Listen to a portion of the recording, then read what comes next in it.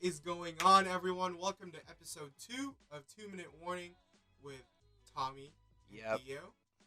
Today we have a very interesting topic day. We have a bunch of NBA brackets, playoffs. You know, the playoffs just started. We're just going to talk about who we think is going to go all the way. The NBA award finalists were announced recently, so we're going to talk about our award predictions that will be announced later in the season. We're going to talk about a little bit MLB, a little bit NFL, but mostly NBA today. Yep. And, you know, the little bit of golf. A little bit of golf. A little bit. We'll give you a little taste today. Just a little bit. So, without further ado, let's get the show on the road. Boom. So we're going to get 2 minutes each, 2 minutes between the both of us to talk about the West, and then 2 minutes to talk about the East. So, Tommy, we're going to start the 2 minutes off with the first matchup of the West between the Utah Jazz and the Memphis Grizzlies, and go. I think it's a tough series, a lot of defense, a lot of good shooting for both teams, but I'm going to go with the Jazz winning, I'd say 6 or 7 games. 6 or 7 games. I think I agree with that. The fact that Donovan Mitchell isn't playing Game 1, and I don't even know if he's going to be back for Game 2. Yeah. I think that's good momentum for the Grizzlies going into the series, and we can see them put up a fight for 7 games, but I still think the Jazz would win that series. Yeah. All right, next off, we have the Clippers and the Mavs. I got the Mavericks in this one in 6 games. Clippers, you know, they have a lot of talent on their roster, but I just think Luka Magic is going to step up after losing last year. He gets it done this year. I think the same. I will go with the Mavs in 5. Just because, guys, no offense, I'm a Clipper hater because they haven't proved anything. Like, they don't have the reputation of being a good playoff team. We haven't seen them prove that they're a good playoff team. I mean, prove me wrong this year, but I do have the Mavs in 5. Don't prove me wrong, Clippers, please. Next up, we have the Denver Nuggets and the Portland Trailblazers. Jokic is a really good basketball player, but I think the Portland Trailblazers give him a little too much. Without Jamal Murray, it's going to be tough for him to stop Dame and CJ, in my opinion. I got the Blazers in 6. I have the Blazers in 6 as well. Yeah. And that's because I really like this matchup. I think this is one of the best matchups in the first round. But I just think that the Nuggets don't have enough star power just with Jokic. I mean, if MPJ somehow steps it up, then go ahead. But I have the Blazers. Finally, we have the Phoenix Suns and the Lakers. So, 10 seconds for that. Here we go. Suns, great series. Suns in 7. I have a feeling Suns are going to win it. I agree. Suns in 7. I mean, I don't know what else to say. Like, yes, I am going to doubt the Lakers on this one, but it's more believing in the Phoenix Suns. So, yeah. All right, now we'll move on to the Eastern Conference. Theo, let's start with you. The Sixers are playing the Washington Wizards. Go. All right. I have the Sixers in 6 games, but I do believe that every single game of that series will be a close one. I don't think Russell Westbrook or Bradley Beal have, like, that nerve to go down a bunch in a game, so I think it's going to be, like, a close series, but I think the Sixers will pull it out. Okay. I got the Sixers in 5. I think the Wizards are a really talented team, and they have gotten really good late in the season. But, I mean, the Sixers, they're the number 1 seed for a reason. They have had a really good year. I got Sixers in 5. Trust the process, guys. Exactly. All right. Next series, the New York Knicks are back in the playoffs. They're playing the Atlanta Hawks. Theo, let's start with you. Who's getting out of that 4-5 matchup? This is going to be my boldest take of the day, saying that the New York Knicks will sweep the Atlanta Hawks in that first round. 4 games to nothing. Wow. I mean, I have no evidence behind it, but I just want it to happen. So that's a good prediction. I had the Knicks in 5. I mean, we're agreeing on everything, but I have them at 5. I think they're going to win in New York. I think this next one might. All right, let's see. Separate us a little bit. Next one, 3-6. Bucks, Heat. Who's winning it? I have the Heat in 7 because, as I said in the last episode, never doubt the Heat, never doubt Eric Spoelstra, never doubt Jimmy Butler. Yeah. I mean, Giannis is like a different player. You know, he's like a beast and all that, but I still think the Heat with their playoff experience will get that series win. I got the Bucks in 7. There it is. I got the Bucks. I think this is Giannis's year to kind of prove himself as not only just a great player but a great leader. All right. Last series, Nets, Celtics. Who you got? I think the Celtics will get a game. Okay. So Nets in 5. I think Nets gentlemen's sweep. They close games, but they sweep it. Yeah. Okay. Fair enough. That's fair. All right. Now we have 2 minutes each. We'll do 2 minutes each. Yeah. To do the rest of the bracket.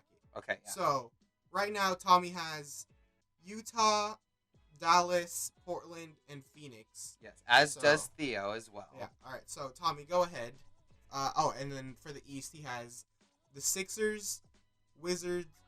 Sixers, Knicks, Bucks, and the Nets. The Nets. All right. So give me 1 second. We're gonna screen record this so you guys can see what we're seeing. You can see my amazing handwriting as we go along with this. All right. Ready? Yes. I think it's recording. Yeah, it's recording. All right. So Tommy's gonna go ahead and fill out the rest of his bracket while he's talking through it. Utah. All right. So he has Utah. All right. We're gonna start the 2 minutes after he gets this.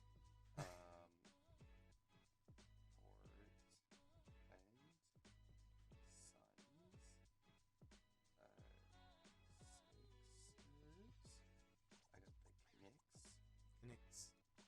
I got the Bucks and the Nets. Here we go. 2 minutes. 2 minutes starting now. Okay. Mavs, Utah. I really wanted the Warriors to get in because I thought the Warriors. It's not an option. I know the Warriors were going to go on an incredible tear, but I got the Mavericks winning this series. Here's why. Utah, great team. I've talked about it, but I just don't see Rudy Gobert being a difference maker and leading them to the conference finals. So I got the Mavs winning this one in probably 6 or 5 games. Like, pretty convincingly, they win this series. Next, Portland, Phoenix. I think it's another 7-game series. The Suns, I really want to pick the Suns here, but I actually got Portland going. I got a 5 seed and a 6 seed playing in the conference finals. I think it's just that year for the West. There's a lot of good teams. There's not a lot of great teams, and I think we're going to see 2 star guards fighting it off in the conference finals. With that said, in the Western Conference Finals, I actually have Portland going on to the NBA Finals for the first time in a while, and it will be an interesting series on the team that they play, and I'll talk about that later. I think they beat the Mavs in 6. They win on their home court, and Blazer fans go nuts. Here we go. Sixers, Knicks. This is where it gets interesting. I know exactly what you're about to do. I know. I feel like I know what you're about to do. Nah, I'm going to go Sixers here. Okay. I wanted to go with the Knicks versus the Nets. You have 25 seconds. But I'm not going to do it. I'm going to go Sixers, Nets. I think the Sixers, Nets becomes an underrated series. I think this one could go to 7, and it'd be really interesting. But I think the Nets are just too talented in the end. My NBA champion with 10 seconds left. Everyone thinks the Nets, if they're healthy, they're going to win it. I don't think they're going to stay healthy throughout the entire playoff run. I'm going to pick a team that has been healthy lately and will be, I think, in their playoff run. And I got Portland winning that is the championship. That is quite the prediction, Mr. Reagan. Big prediction right there. All right. Dame Dalla. I mean, yeah, I'll give that to you. But now we go on to me. I think it's your turn with now. my bold predictions. Okay, here we go. All right, I mean, this was the same except for I picked the Heat, so we're gonna replace that. You could rewrite everything. Oh, I know. It's started. It's pretty much the same. Okay, yeah. So, all right, 2 minutes. I'll start. All right. So starting off with Utah and Dallas. This is a hard one. I want to see it be a good series, but I agree with Tommy saying that the Mavs will move on here just because of the fact that Luka went off in the playoffs last year, and I want to see him do it again, and I think he will do it again. Mm-hmm. Yeah, so I think the Mavs will beat Utah in maybe 7 games. I think 7 games. Okay. For Portland and the Suns, See, if you have Portland winning your NBA championship, Yeah. I have the Suns winning in 7 games. Okay, now we're different. Now this is getting interesting. I have the Suns winning in 7 games. I don't want to pick against Damian Lillard. Like, I am a really big Damian Lillard fan, but I think the Suns are just the more complete team. They have good depth. Like they really have good depth. And that's really important in the deep playoff run. So we have the Mavs and the Suns in the Western Conference Finals. Okay. I'm going to pick the Sixers over the Knicks in 6 games. Okay. The Knicks will make the second round, but unfortunately, I don't think they'll make it further than that. Yeah. So next up, the Heat and the Nets. Who do you think I will pick here? I feel like I know who you're picking. You know exactly who I'm picking. And it's because I don't like the Brooklyn Nets. And it's going to be the Miami Heat moving on to the Eastern Conference Finals. So we have Mavs Suns and Sixers Heat. We have 25 seconds. So we're going to put the Philadelphia 76ers in the NBA Finals. And we're also going to put the Phoenix Suns in the NBA Finals. So both of those are going to reach Game 6. So we're going to have Sixers winning in 6 and Mavs or Suns winning in 6. Okay. And the NBA Finals, we're going to have the... Your pick. We're going to have the Philadelphia 76ers winning it all, trusting the process. And, yeah, I mean, I'm probably wrong, but this is my ideal playoffs. If Portland decides we're going to beat the Suns, go on right ahead. I'm all for that. I really want to see that happen, but, I mean, yeah, that's going to be, it's a good playoffs either way. So, yeah. We just don't want the Nets to win. That's True. just it. I mean, it wouldn't... you picked the Blazers over the Nets. So I know. I thought that was gonna be really interesting too. All right, so moving on. Our next topic is gonna be NBA awards. Yes. So they announced the finalists for the awards the other day, and we're gonna discuss who our picks are. So we're gonna do 2 categories. Okay, one category is the obvious winners. Yes. You know, the one where they just had to pick 2 other guys, even though we knew who was going to win. And we have the debatable ones, like we don't know who it's going to be, but we have our own opinion. Mm-hmm. So first off, Tommy, we're going to do 2 minutes talking about most improved player, coach of the year, and 6th man of the year. So, and MVP. Oh, and MVP. And MVP. All right. So 2 minutes starting now. Okay. I'll start with 6th man. I think Clarkson has been the favorite throughout the entire season. I mean, people were saying he was an all-star at some point. Like, he was having a really good year. He's been the 6th man of the team. I think Ingles really has it. He's been the 7th man, and I don't think you can give it to him. And Derrick Rose really has been coming into his own as of late. But I got Clarkson. I got most improved. I'm going with Julius Randle. I mean, he went from being a really good supporting piece to the star of his team in the East. For coach of the year, I want to say it's going to be Tom Thibodeau. I mean, the Knicks were projected to be not a good team at the start of the season, and all of a sudden they're the 4th seed. Everyone's saying that they're going to even win the first round. That's huge. And then lastly, for me, the MVP, as much as my heart wants to say Steph Curry, I think Jokic will win the award. All right. So for me, we're going to go the same order that Tommy did. 6th man of the year. Guys, this is pretty obvious. I'm a big Derrick Rose fan, so it's going to be Derrick. No, I'm kidding. It's going to be Jordan Clarkson. But I am still a big Derrick Rose fan, and I love what he's done. But I still think Jordan Clarkson will win that award. He's been the frontrunner for that award since like 10 games into the season, so it's all his. Most improved player, as much as I've loved how MPJ has stepped it up after Jamal Murray left, I think it's a little bit too late. So it's going to be Julius Randle with the runaway for that one. Coach of the year. This one's interesting because the coaches who all voted for their coach of the year the other week chose Monty Williams. Mm-hmm. And that's my exact same choice. Yeah. And good for them. I do love Tom Thibodeau and what he's done with the Knicks, but I just think that Monty Williams has taken the Phoenix Suns into the playoffs and maybe into a deep playoff run. So it's going to be a close... Yeah, but I still think it's going to be Monty Williams. Sorry. Time's up, but MVP, still Jokic. I didn't think that Steph was a finalist. Like like yes, I am all for Steph being a finalist, but I didn't think he was gonna be a finalist. So good for Steph being named an MVP finalist, but I still think it's gonna be Jokic. All right, now we're gonna do 2 minutes for defensive player of the year, and go. Okay. This was one of the hardest awards to kind of name. You got three very different defenders.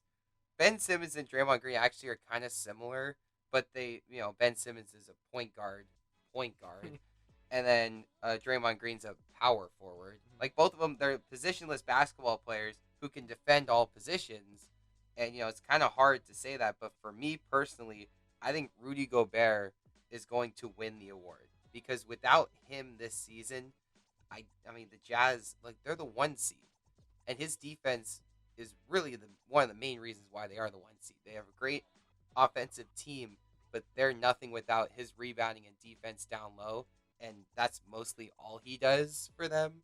He kind of scores, but he can't create his own offense. So I got Gobert winning the award.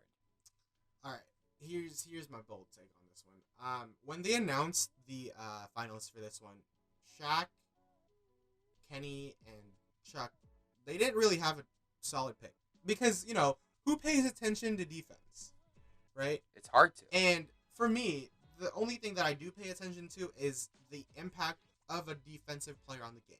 Mm-hmm. So for that reason, I'm picking Draymond Green. Okay. I have seen a couple Jazz games, a couple Sixers games, but I've watched pretty much every Warriors game. And seeing Draymond Green make that difference on both ends of the floor, really, but mostly on the defensive end, just says how much impact he actually gets as a defensive player. And I think he deserves that award. But, I wouldn't be surprised if the other two got it. But my pick is Draymond Green. Let's be honest. Like, Ben Simmons, everyone says he's a great defender, but I watch him play and I'm like, he's okay. It's true. But he's 6'10", and he plays the guard position. Like, obviously he's going to be really good defending all those guys. So I don't think he should win it. Ben Simmons probably will finish third. I think Draymond's right around there, but I think Gobert is going to end up winning it because his defense has been more pivotal to his team. All right. And our final NBA award, which I think is the hardest one to pick. This is the hardest one. I think it's the hardest one to pick, which is Rookie of the Year between Anthony Edwards, LaMelo Ball, and Tyrese Halliburton. So, Tommy, who's your pick? 2 minutes. Jeez, this one's so hard because you got two guys. You got one guy who's been healthy the whole year, but it's kind of had, up and down year. You got one guy who's clearly been the best out of the three, but injuries, major injury made him limited this season. And then you got another guy who, again, an injury late in the season kind of hurt his chances to maybe make a push, but also but neither one of these guys made the playoffs. And to me, I'm going to go with, I think LaMelo Ball deserves the award. I think he came into the league and he wanted to be like a major piece to his team right away. Like Edwards, it took him time, and I think he could maybe have a better career than LaMelo Ball, but he was the most ready right away. And I think we should reward that because he's ready right away instead of a guy slowly getting to where he should have been at the beginning of the year. So Edwards, he played great. Halliburton surprised a lot of people, but LaMelo Ball was consistent the whole year. All right.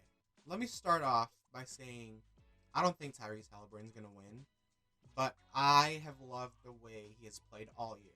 It's been great. He took a Sacramento Kings team that no one wanted to watch into a team that some people wanted to watch. So, I feel like that's good enough for me. I still don't want to watch him, but I think Tyrese Halliburton made a big difference for that team. I have 25 seconds, so I'm going to make this quick. My Rookie of the Year pick is Anthony Edwards. Okay. And this is why. I love LaMelo Ball. I love that he took a Charlotte Hornets team into the play-in. And I love that, even when he missed a couple games, he's still like a front runner for this award. But I think that Anthony Edwards, being like the person that people wanted to watch on that Minnesota team with like Cat and D'Lo, like they still wanted to see Edwards, and I think that as a rookie that he really took it from just like no one really was a fan of him to begin with, but bunch of people love him now. So I think that's like a really good sign. Speaking of the play-in, and sorry, Charlotte Hornets fans, that you had the embarrassment playing the Indiana Pacers. Yes, that was kind of That was rough. But other than that, the play-in tournament was very exciting. Theo, my question to you: should the play-in tournament be a yearly thing now? All right, so I was like thinking about this, and I was like, wow, I really love the play-in tournament, but how could they make it better? And this may be a controversial opinion, but I think they should keep it, but they should make it that the 7th seed is automatically in, and the 8th seed is the one on the chopping block, having the 9 and 10 seed play, and whoever wins that plays the 8th seed, if you guys get what I'm saying here. So, whoever the winner of the 9-10 seed game is, plays the 8th seed for the 8th seed. So, if this is the thing though, I get that they wanted to balance it out, doing that the 7 and 8 seed could only lose one, or that's lose twice in order to be eliminated, which the Warriors did, unfortunately. But I think that the winner of the 9-10 seed should have to beat them twice. Okay, yeah. I think that is... That would be fair, right? Yeah, I think so. So, I agree. The play-in was very exciting this year. And I think something along the lines of the 8 and 9 seeds kind of playing and making it really interesting. But I've had an idea for the long time. We talk about the draft lottery. It's rigged, or people say it's rigged, and like we don't know what's really going on behind the scenes. But I had an idea to what if the worst teams in the league played for the number 1 pick. Like imagine the Minnesota Timberwolves getting everyone healthy late in the season just to get the number 1 pick this year. Like how exciting that'd be. But also, would players, even be motivated to play in a series like that? I mean, it's tough to think about. I think if you're a competitor, you'd want to play in that game. Yeah. So, but like, let's say Karl-Anthony Towns, does he want another star in Minnesota? Does he? I think the Minnesota Timberwolves just have a lot on their plate every season. Yeah. And to trying to meet their expectations, they haven't. So they just gotta get healthy. I think in a couple of years they'll be ready to go. That's true. All right, next question. But we'll talk about the Golden State Warriors. What a interesting season it had been. The question to you, the Warriors had a lot of injuries this season and before the season. Will the Warriors next year be contenders for the title? Go. Yes, because I'm a Warriors fan. But also, yes, because they will have Klay Thompson back, and they will have James Wiseman back, who hopefully gets a lot better than he was this season. I mean, we saw him; he was good. He wasn't great, but I want to see him reach that potential. But the thing that I am the most excited about for next season is that number 5 or number 6 pick that we have. So I don't know if we're gonna use it. I don't know if we're gonna trade it away. But whatever we do with that pick will determine the future of the Warriors. I think it's a very big thing. And sorry to the Minnesota Timberwolves fans, but going back, saying you can't even tank right. You can't even lose properly so that you keep that pick. Thank you for that pick, by the way. So now we're gonna keep that, maybe trade it away, maybe pick a good player, but that pick will make the difference into the Warriors' future next season. And I think that everyone coming back and that pick will make them a pretty good contender next year. I don't know if they'll win it all, but I think they'll make the playoffs. Yeah, maybe make a deep playoff run. They'll compete. So. I'm going to talk a little bit more trash about the Timberwolves. I mean, let's talk. 2009, you had 2 picks before the Warriors in 2009, and you had 2 chances to pick Steph Curry, and you picked 2 other guards. Like, this is kind of the universe saying, like, you totally messed up there. But also, I mean, thanks for Wiggins. I mean, we'll give you D'Lo for Wiggins and this top pick that you're giving us. But anyways, I got 20 seconds left to talk about the Warriors. This is a great year. Klay Thompson comes back. I think they're going to be in the hunt, but I do think they need to drastically change a little bit of that team, because if they aren't 100%, they need another guy there to help them out. That's a good take. I mean, we want to see our team succeed, but we also want to see them take steps to show us that they want to succeed. Exactly. So that's a different topic. So, all right. Next topic. Of course. So, all right, we're gonna talk about this. This is a very interesting topic to me because, before the Warriors played the Lakers in that very well played playing game, Great I game. would say, LeBron James went to a party with Michael B. Jordan and Drake, which everyone saw on social media, and that was the thing. Yeah. And I didn't even think anything of it until someone pointed out that LeBron James violated the league's safety, health and safety protocols. Yes. He wasn't even wearing a mask. No. I don't think I saw a mask in that picture. So the an NBA spokesperson told ESPN told them that LeBron won't be suspended. So, Tommy, what are your thoughts? Should LeBron have been suspended? What should have happened? In 2 minutes. Well, look, I understand the NBA's idea of you don't want star players to be out for the postseason. I totally get that. But this is coming from the league who suspended Karis LeVert before the play-in tournament, where the Pacers, if they have Karis LeVert, maybe they actually beat the Wizards in that, 8-9 game and they get into the playoffs. But, it didn't end up that way. So now the Lakers and LeBron James, he has this, COVID protocol breaking incident, and he is given the pass because he is LeBron James. I get it. LeBron is one of the most marketable stars, if not the most marketable star in the league, and the league wants to make a ton of money. But I truly hope the Phoenix Suns just sweep the Lakers out of the playoffs after this and just say, goodbye, LeBron. We do not want to see you ever again. That's my take on this. I completely agree. I mean, I get that the league... it's not a hard thing to figure out that the league wants money, right? It's not a hard thing to figure out that the league loves LeBron James and that they need LeBron James to play in order to have a good playoffs, I guess, a good ratings, of course. Yeah. But you can't set a precedent with Karis LeVert and a bunch of other players. I remember Kent Bazemore from the Warriors. Yeah.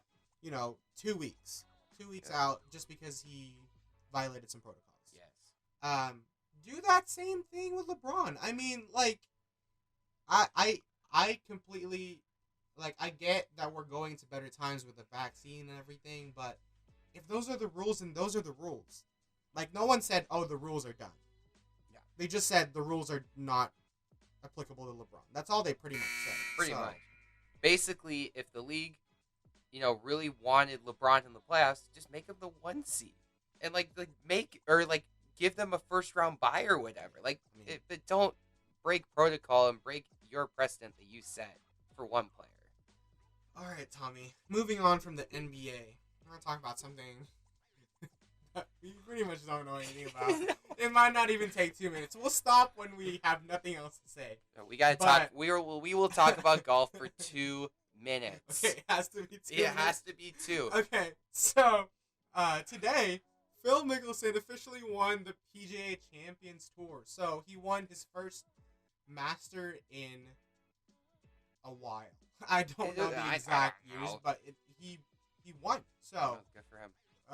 Thoughts? Okay. Well, good for Phil. Good for Phil. I remember. I want to say about 10 years ago when I was first growing into watching sports, and I would watch Sports Center and I'd be like, oh hey, there's a lefty golfer out there, and and it's Phil, and he's a guy in golf that because of him being around the game for so long, I've known who he is. Do I know his game or anything about him personally? No. I mean, I don't know golfers. So Theo, you're up. Okay, you're giving me a minute 23. We'll look back and forth. Yeah, I mean, I recently picked up golf during COVID, and I never watched golf. I started to a little bit during the quarantine, so I figured out who these people are. Oh, nice. And Phil Mickelson, Justin Thomas, Tiger Woods. Oh, Yeah. I know who that guy is. Who I forgot who I've said already, but those iconic people that we know of, Icons. we're like, oh, good for them. So the fact that a golfer that we know, that we actually know the name, won, pretty good. Going into the weekend, I wanted Justin Thomas to win. I saw him do good. I saw like the first day. I saw like clips of the first day. I saw him do pretty good. But good for Phil. He's proving that old age doesn't affect golf. And also, left-handedness does not affect golf either. So this is a big win for lefties everywhere. And it's a big win for old people. Exactly. Any old lefties out there, this is a big win and we're proud of all the old lefties out there. You. Good. Keep swinging that golf club. Look at that.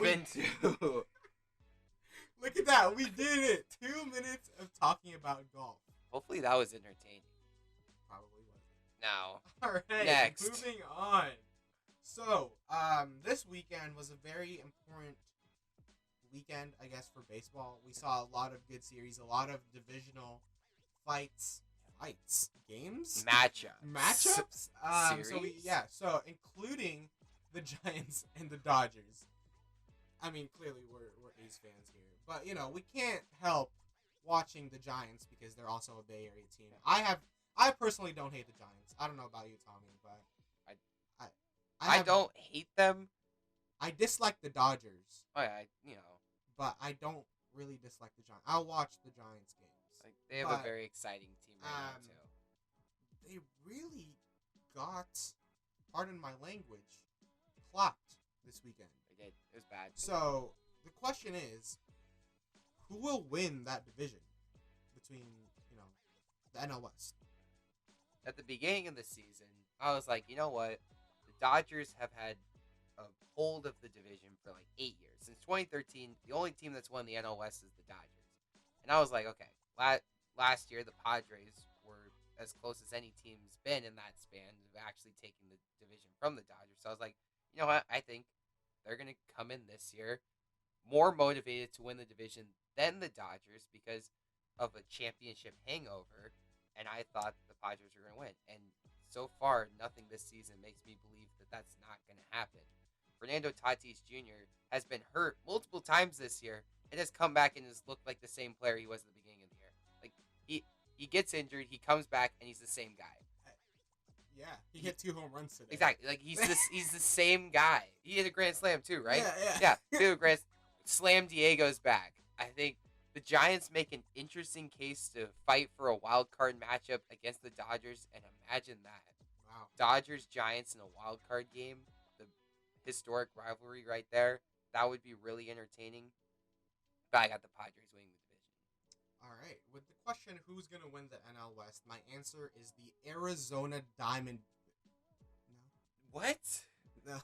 I had the Rockies The are better Rockies. than the. Yeah, no, I'm kidding. The Rockies are better than the Rockies. But yeah, it is a 3-team race. We're not going to mind the other two, but I really like the way the Giants started the season. I mean, they still have one of the best records, but if this weekend's series proved anything to the fans, it's that the Dodgers still have a hold against the Giants. And the Giants still look like a team that will get beat by that same Dodger team. And I mean, the Giants beat the Padres a couple times, so I mean, good for them. But I do want to see that race heat up at the end of the season. But for right now, like near the early start of the season, I think that with the Dodgers holding that lead, I have the Dodgers winning the NL West, as much as that hurts to say. Especially with a ton of injuries right now for them and having Albert Pujols starting at first base. Yeah. They're really good right now. Hey guys. What's up? What's up? If you probably can't tell, it's probably noticeable. We switched cameras mid-episode because our main one kind of. Oh, yeah, look at our background. You can see behind us too. Don't worry, I got it. But yeah, So we're gonna continue. We have 2 topics left. We got it. We're gonna push through. We're gonna push through. 2 topics left. Here we go. So, oh, you have a timer? Oh, yeah. All I right. can do So, that. uh, all right. We're moving on to the NFL, and the question is, Tommy. Rumors have been swirling around saying that Julio Jones Ooh. is a possible asset Oh. to be acquired by the New England Patriots. News. So, what are your thoughts on that? Okay. Go ahead. I might have some thoughts. Let's think about this for a second. The Everything's so look, weird right now. I know. Here's my issue with this is I think we're gearing towards a Patriots Tampa Bay Buccaneers Super Bowl next year. And that to me that would be I think a lot of NFL fans might be like, "Oh, there's the storyline Belichick Brady." I'd be like, "I'm turning that off and I'm just watching the commercials. I don't want to watch that football game." We get it. Let's see some new exciting teams. I don't want to see Belichick and Brady again in the Super Bowl. With that said, I do think Julio needs to get out of Atlanta, and I think the Patriots make a good case for him. They have, they have Cam Newton. They got a young quarterback. They got a great defense in New England. I've already said that. And, they don't really have a great receiving core. They added a couple tight ends in free agency. They got a pretty solid offensive line. So, in the case for Julio Jones to help make sure that he's a Hall of Fame wide receiver, this makes a lot of sense. But to me and the other NFL fans, get this garbage out of my face. I don't even want to talk about this, guys. It's just, Julio Jones to me is still a great receiver. He's not the best anymore. Don't come for me for that one, but I still think he's one of the greater ones. Mm-hmm. And seeing him go to the Patriots will make me sick. Physically or physically, mentally? I mean both. Like, not that I care that much about the Patriots. I do like Cam Newton. That's the only thing I like about the Patriots. But guys, they've already gotten like 2 tight ends, and it's like, what else do you need? Like, I get it. You have money. They're signing everyone. I don't want it to happen. I just don't. Apparently, they still need another superstar. So, that's 2 minutes. Thank you for that. Not want to talk about that one. Our final topic of the day. We are going to be talking about another signing this offseason, but a rather interesting one. Tim Tebow's back in the NFL, but this quarterback is now a tight end. Theo, what are your reactions to these kinds of news? I thought he was going to compete with Trevor Lawrence for the quarterback job, but I guess not. I was reading over this the other day, and the fact that his contract is not guaranteed makes me feel better. Like he has to do good for him to get paid. Okay, yeah. And he has to actually make the team in order for him to get paid. And he has to not get hurt in order for him to get paid. So basically, they're not going to pay him unless he plays. Yeah. So if all those things happen, and Tim Tebow actually ends up being a good tight end for the Jaguars, good for them. I mean, I'm all for it. I know a lot of people aren't saying that you should give other people a shot, but I think Tim Tebow wanting to play the game that he loves more is a really good example of how much people love football. Yeah. The game of football. I think that him switching his position to make that happen is another good example of why I want to see him succeed, but if he doesn't, it's not the end of the world. It's to me, it's not either. But I think this is exciting news for the NFL because Tim Tebow is maybe back. I don't know. Jacksonville, they're young, garbage last year, but they got the number 1 pick. They got Trevor Lawrence. Now they have Tim Tebow. I think they make a strong case for the Super Bowl. Wow. I'm kidding. Wait, No. Tim Tebow, I think Tim Tebow does not make them Super look, Bowl. is he going to really block as a tight end? That's my thing. Like, is he going to do everything a tight end can do, or is he just going to be like a Taysom Hill kind of thing where he just does things and he's just on the team? So if he's that, I think that could be really exciting. But if he's like an actual tight end, he's not making the team. And that's it for today. Thank you for watching our NBA playoff predictions, our NBA award predictions. Right. Our very expert Golf take on analysis. golf. You know, very expert. We know everything about golf. Only listen to us for golf. Only. Also, I know that the Stanley Cup playoffs are going on right now. That's the only thing I know about hockey. They are going on. So if you guys are like, these guys aren't talking about hockey, I'm sorry. But would you rather us try to talk about hockey like we did golf? Or just, like, not talk about it at all? Maybe, you know what? Stanley Cup final comes around. We'll research for you We'll guys. research, and we will talk about it we for will watch 2 those games. minutes. We can 2 minutes promise that for hockey. for the Stanley Cup final. Hopefully they're not going on right now. I don't think they are. It might be close, so we'll see. Okay, so again, thank you for watching. Be sure to do all those YouTuber things that they say, like, comment, subscribe. Yeah. That's pretty much it. I'm sorry for the technical difficulties. We'll try to get that figured out. Yeah. New camera, but we still look good. Thank you guys for watching. Guys. Peace out. Peace.